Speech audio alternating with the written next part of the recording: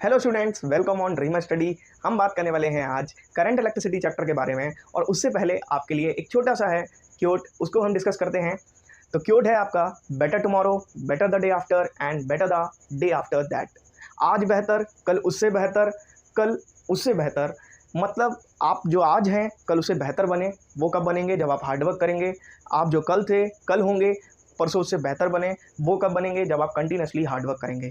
तो बस यहाँ पर इतना ही है। इस क्योट का मतलब आप कंटिन्यूसली अपने आप को बेटर करते रहिए। और बेटर करने का सिर्फ एक तरीका है, वो है खुद पर काम करना। बात करने वाले हैं यहाँ पर करंट का डायरेक्शन क्या होता है फ्लो करने का। चलिए देखते हैं। जब भी कोई करंट फ्लो करता है तो direction of flow of current आपकी हेडिंग है, और बताते हैं किस तरीके से करंट फ्लो करता है और क्या यहाँ पर सर्कमस्टांसेस हैं। चलिए आइए देखते हैं। यहाँ पर अगर हम बात करें, the current flow in the circuit is due to the potential difference, है ना। तो करंट फ्लो होने का एकमात्र कारण होता है potential difference. Clear? Current flow हो रहा है, इसका कारण है पोटेंशियल डिफरेंस। क्लियर? अब ये पोटेंशियल डिफरेंस कैसे जनरेट होता है, जरा देखिएगा। यहाँ पर ये हमारा एक कंडक्टर है, उसमें कुछ फ्री इलेक्ट्रॉन्स हैं। क्लियर? फ्री इलेक्ट्रॉन है, कुछ पॉजिटिव यहाँ पर चार्ज रखे हुए हैं। तो होता क्या है, किसी भी मेटल में केवल और केवल इलेक्ट्रॉन ही मूव करते हैं, है ना। तो यहाँ पर ये हमने जैसे ही इसमें सेल लगाई, सेल या बैटरी दिया, तो यहाँ पर एक पोटेंशियल जनरेट हो जाएगा। और जो पॉजिटिव टर्मिनल होगा वो हमारा होता है हाई पोटेंशियल, और हमारा नेगेटिव टर्मिनल को हम लोग लो पोटेंशियल कंसीडर करते हैं। क्लियर? तो फिर यहाँ पर क्या होता है, इलेक्ट्रॉन एक डेफिनेट डायरेक्शन में फ्लो करना स्टार्ट कर देते हैं। खैर, तो इलेक्ट्रॉन कहाँ से कहाँ की ओर जाएंगे? Low potential to high potential. और हमारा करंट कहाँ से कहाँ जाएगा? हाई पोटेंशियल से लो पोटेंशियल। क्लियर? अगले पॉइंट की ओर आते हैं। ये पॉइंट आपको अलग से भी समझाएंगे। देखो होता क्या है, पहला तो तरीका ये हो गया चार्ज को मूव कराने का कि हम पोटेंशियल को इंट्रोड्यूस करा दें और हमारा चार्ज ऑटोमेटिकली मूव कर जाएगा, जैसे कि यहाँ पर हुआ है ना। हमने पोटेंशियल को इंट्रोड्यूस कराया और हमारा चार्ज इस डायरेक्शन में मूव कर गया। जो हमारा इलेक्ट्रॉन है, इलेक्ट्रॉन को ही चार्ज बोल रहे हैं यहाँ पर, वो हमारा क्या कर गया? मूव कर गया। Is it clear? ओके।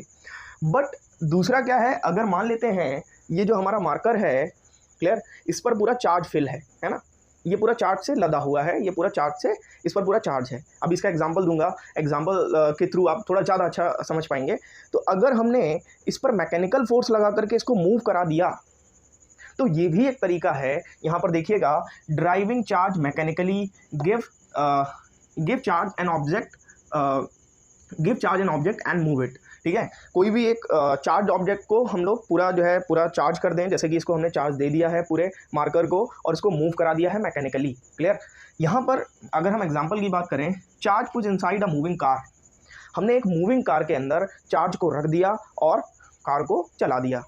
ये मैकेनिकली हमने चार्ज को मूव कराया है। इस पॉइंट में हो सकता है अभी आपको समझ ना आया हो, जब एग्जांपल बताऊंगा तो समझ आएगा। अरे इतना सिंपल है। आप देखिएगा कि मान लेते हैं ये है मार्कर, इस पर चार्ज रखे हुए हैं, है ना, और हमने इनको मूव करा दिया है। इससे पहले आपने इलेक्ट्रोस्टैटिक पढ़ा होगा, उसमें तो चार्ज स्टेशनरी रहता था। अब यहाँ पर चार्ज तो है, स्टेशनरी चार्ज है इसके ऊपर, है ना। जैसे मान लेते हैं चार्ज कुछ इस तरह से है, ये मान लेते हैं एक रॉड है, इस पर चार्ज कुछ इस तरीके से स्टेशनरी रखा हुआ है, और हमने इस चार्ज को क्या करा दिया? मैकेनिकली मूव करा दिया। हमने इसको धक्का लगाया और ये चार्ज जो है वो क्या कर गया है? मूव कर गया है। क्लियर? अब आते हैं यहाँ पर तीसरा पॉइंट क्या दिया गया है। तीसरा पॉइंट दिया गया है, कोई भी करंट हमेशा हाई पोटेंशियल से लो पोटेंशियल की ओर मूव करता है।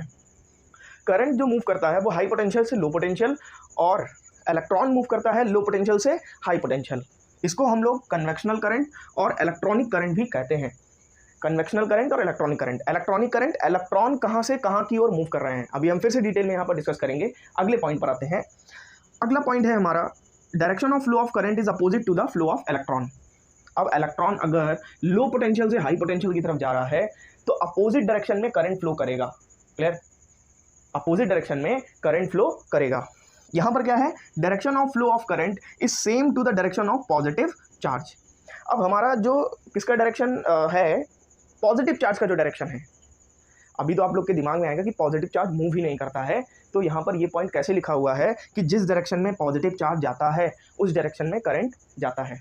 मेटल के अंदर पॉजिटिव चार्ज मूव ही नहीं करता, वो स्टेशनरी होता है।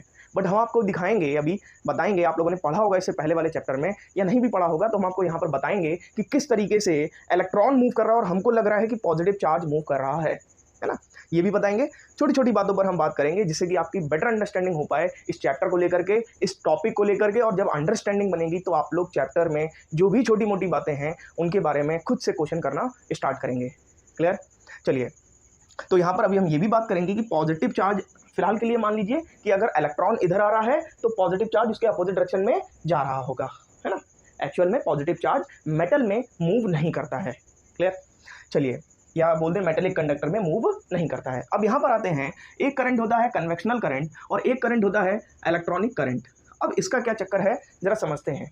कन्वेक्शनल करंट यहाँ पर है जो है हमारे करंट की डायरेक्शन हाई से लो, और इलेक्ट्रॉनिक करंट की डायरेक्शन है लो टू हाई।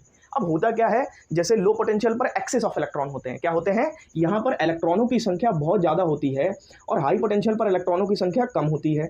तो इलेक्ट्रॉनों की संख्या जहाँ पर ज़्यादा है, नंबर ऑफ इलेक्ट्रॉन्स जहाँ पर ज़्यादा हैं, वो क्या करेंगे, अपनी जगह से उठ करके जहाँ पर कम है वहाँ पर जाने की कोशिश करेंगे। तो एक्चुअल में लो पोटेंशियल से जब निकलते हैं इलेक्ट्रॉन तो जाते हैं हाई पोटेंशियल की तरफ, और हाई पोटेंशियल से जो हमारा कन्वेक्शनल करंट होता है वो हाई से लो की ओर जाता है। क्लियर? अब यहाँ पर बात करते हैं चार्ज कैरियर की।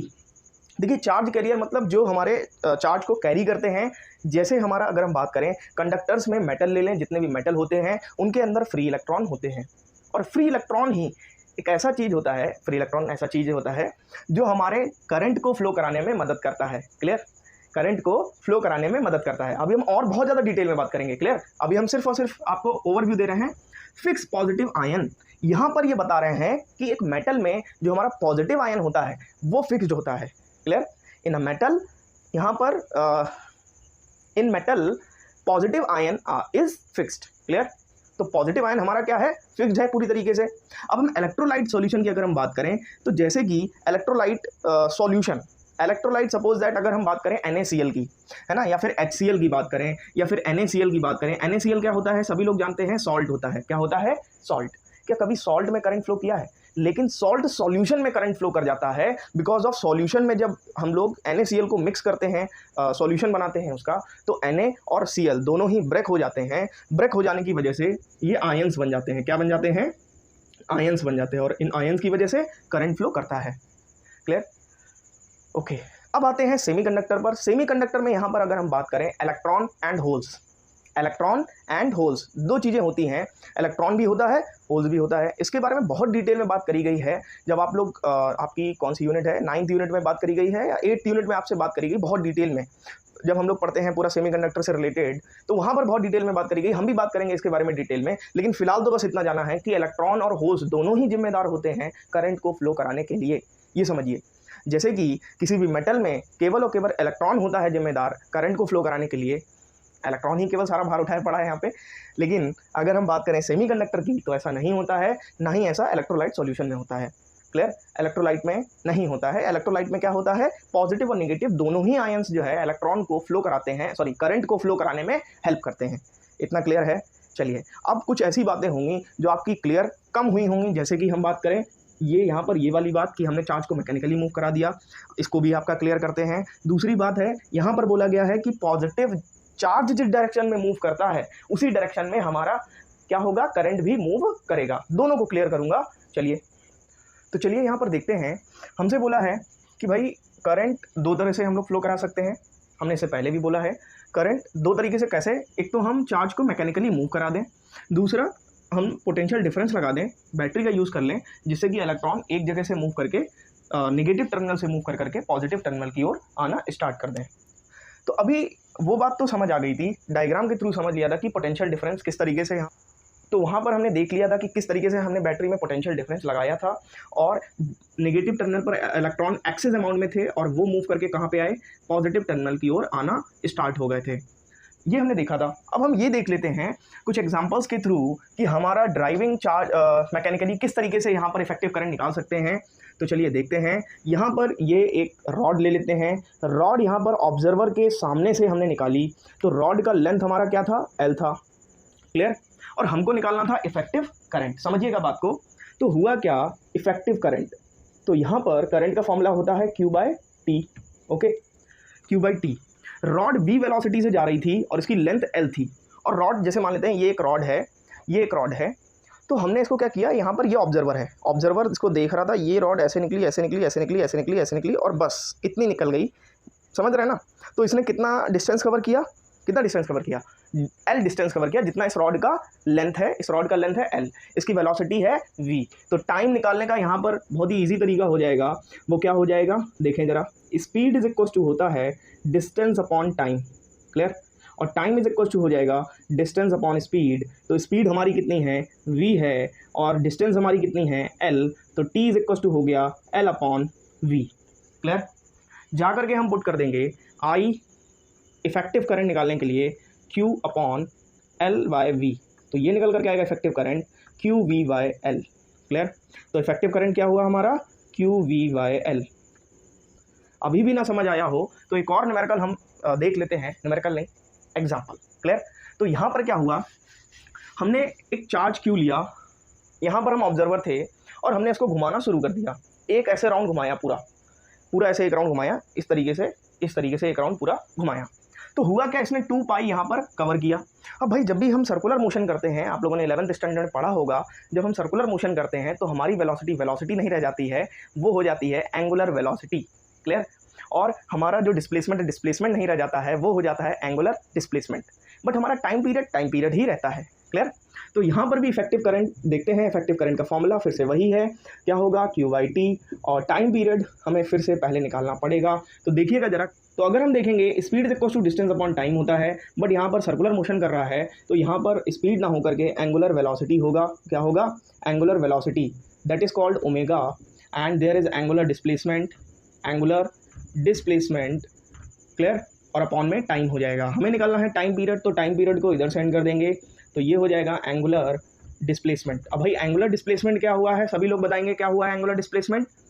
तो ये 2 ओमेगा हो गया एंगुलर वेलोसिटी, या फिर लिख दो भाई एंगुलर वेलोसिटी, लिख दो एंगुलर वेलोसिटी। यहाँ पे एंगुलर डिस्प्लेसमेंट की अगर हम बात करें तो एंगुलर डिस्प्लेसमेंट ओमेगा हुआ है, एंगुलर वेलोसिटी की अगर हम बात करें, सॉरी एंगुलर डिस्प्लेसमेंट ओमेगा नहीं है, angular displacement 2 pi, and angular velocity का बात करें तो दैट इज कॉल्ड ओमेगा।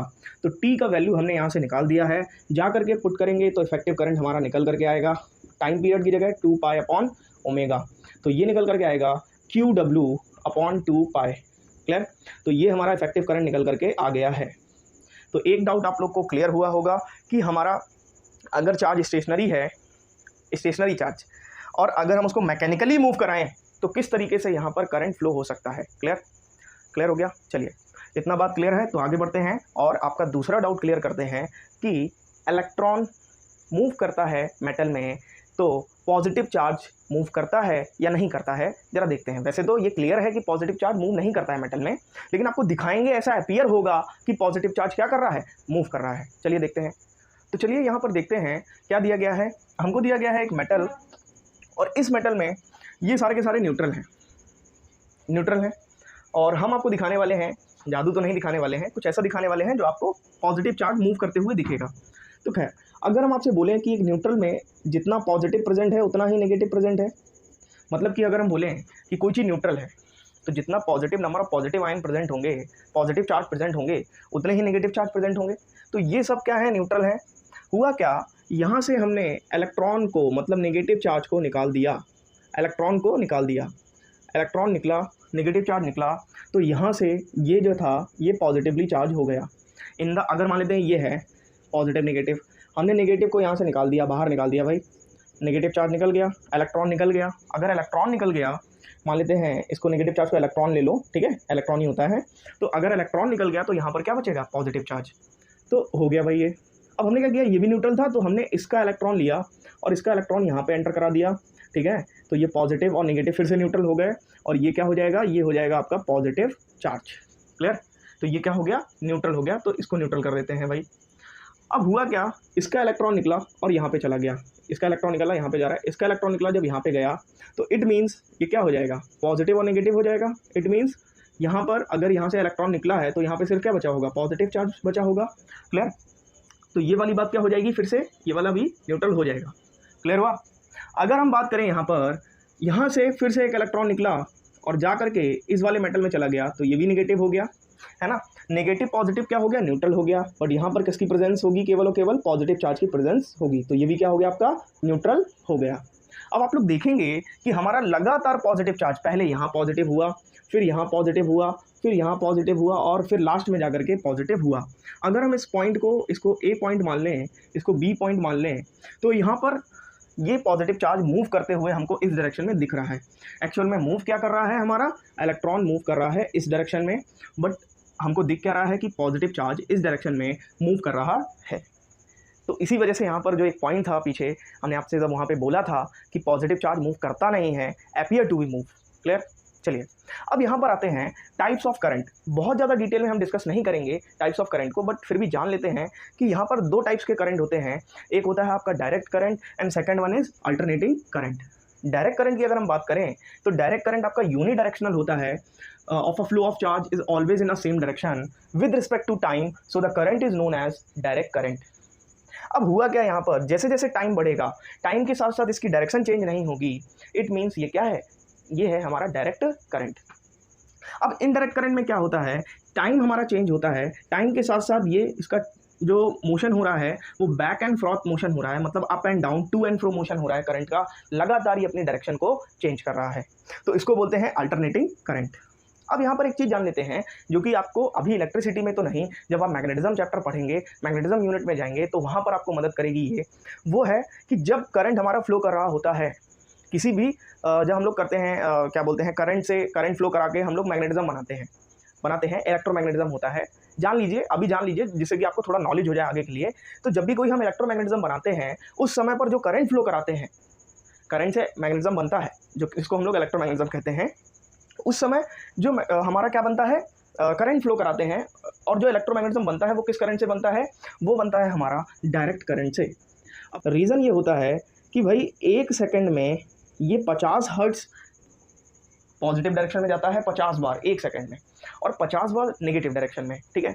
तो इसकी वजह से क्या होता है, अगर हम लोग इसका इस्तेमाल करेंगे तो इलेक्ट्रोमैग्नेटिज्म कभी नहीं बन पाएगा, क्योंकि उसकी पोलैरिटी लगातार चेंज होती रहेगी। ये बस आपको सुनना था और जानना था, जो कि मैंने आपको बता दिया है कि जब भी कोई इलेक्ट्रोमैग्नेटिज्म हमको बनाना होगा तो हम लोग डायरेक्ट करंट का इस्तेमाल करेंगे। तो चलिए यहाँ पर बात करने वाले हैं जो आप लोगों ने कुछ देर पहले देखा था, direction of flow of current के बारे में। अब उसकी हकीकत से आपको रूबरू कराते हैं, देखते हैं क्या होता है एक्चुअल में। यहाँ पर पोटेंशियल लगा है, क्लियर। तो पोटेंशियल लगा है तो क्या होगा, इलेक्ट्रॉन यहाँ पर एक्सेस अमाउंट में होंगे, यहाँ पर कम अमाउंट में होंगे, और यहाँ से इलेक्ट्रॉन निकलेंगे और यहाँ से यहाँ की ओर मूव करना इलेक्ट्रॉन शुरू कर जाएंगे, क्लियर। और करंट इसके अपोजिट डायरेक्शन में मूव करेगा। एक्चुअल में ऐसा होता है, माना जाता है, लेकिन अगर मैं कहूँ, फिर से समझिएगा, बात बता रहा हूँ, आप लोग समझिएगा, कोशिश करिएगा, और इसको बहुत ज़्यादा अदरवाइज़ नहीं लेने का बात को, ठीक है। अगर मैं कहूँ कि करंट का डायरेक्शन भी नेगेटिव से पॉजिटिव की तरफ होता है, तो आप लोग कहेंगे कि नहीं, हमारी बुकों में तो यही लिखा है। तो चलिए जान लेते हैं क्यों होता है करंट का डायरेक्शन नेगेटिव से पॉजिटिव की तरफ, और हम लोग क्यों पढ़ते हैं कि करंट का डायरेक्शन है पॉजिटिव से नेगेटिव की तरफ, क्या रीज़न है इसके पीछे का। चलिए ये देखते हैं। रीज़न ये है, एक्चुअल में जो करंट की डायरेक्शन होती है वो हम लोग इस समय यूज़ नहीं कर रहे हैं। रीज़न इसका क्या है बताते हैं।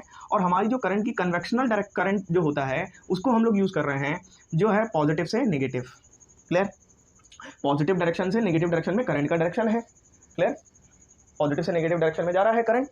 एक्चुअल में हुआ क्या था, डिस्कवरी ऑफ इलेक्ट्रिसिटी 1800 में हो गई थी। पॉजिटिव और नेगेटिव यहाँ पर जो चार्ज थे, तो discovery of electricity 1880, positive to negative. At that time electron were not discovered. उस समय पर इलेक्ट्रॉन डिस्कवर ही नहीं हुआ था। जिस समय डिस्कवरी ऑफ इलेक्ट्रिसिटी हुई, जिस समय पर डिस्कवरी ऑफ इलेक्ट्रिसिटी हुई, उस समय पर हमारा क्या नहीं था, हमारा इलेक्ट्रॉन ही नहीं बना था, क्लियर। और इलेक्ट्रॉन ना बनने की वजह से यहाँ पर क्या हुआ, गड़बड़ी हो गई। 1900 के बाद जाकर के पता चला, जब इलेक्ट्रॉन की डिस्कवरी हो गई, कि हमारा एक्चुअल में जो करंट का डायरेक्शन है वो नेगेटिव टू पॉजिटिव है।